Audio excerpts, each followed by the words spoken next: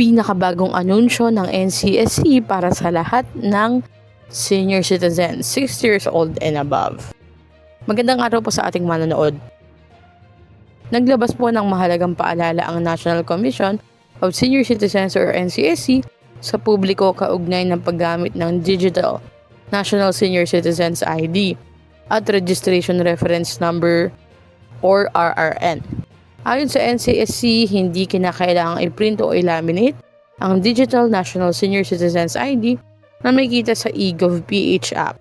Sapat na umano ang screenshot o digital na kopya nito upang magamit ng mga senior citizen sa pag-avail ng kanilang mga benepisyo, diskwento at iba pang serbisyo. Nilinaw din ng komisyon na ang printed na registration reference number mula sa NCSC website ay hindi requirement sa pag-apply para sa cash gift sa ilalim ng Expanded Centenarians Act. Kasabay nito, mariing binigyang diin ni Attorney Merceditas Gutierrez na mahigpit na ipinagbabawal ang paniningil ng anumang bayad para sa pag-print o pag-laminate ng Digital NSC ID at RRN. Ayon sa ahensya, may mga ulat na may ilang individual o grupo na umano'y naniningil sa mga nakatatanda para sa serbisyong ito.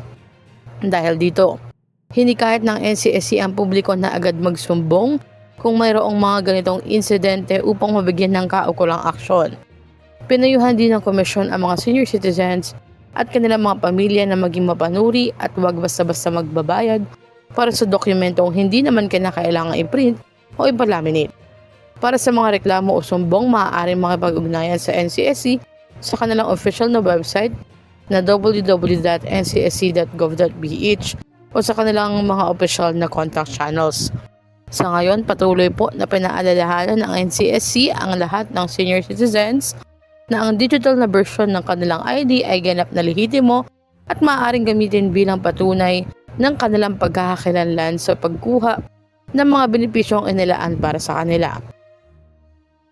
Para sa mga senior citizens at kanilang pamilya, mahalagang tandaan, libre po ang paggamit ng Digital Senior Citizens ID at walang sino man ang dapat maningil para sa pag-print o pag-laminate nito.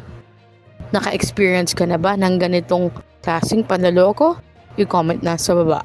Hanggang dito na lamang po muna. Ito ang Chas Infos and Updates. I-like, share, and subscribe para kayo updated.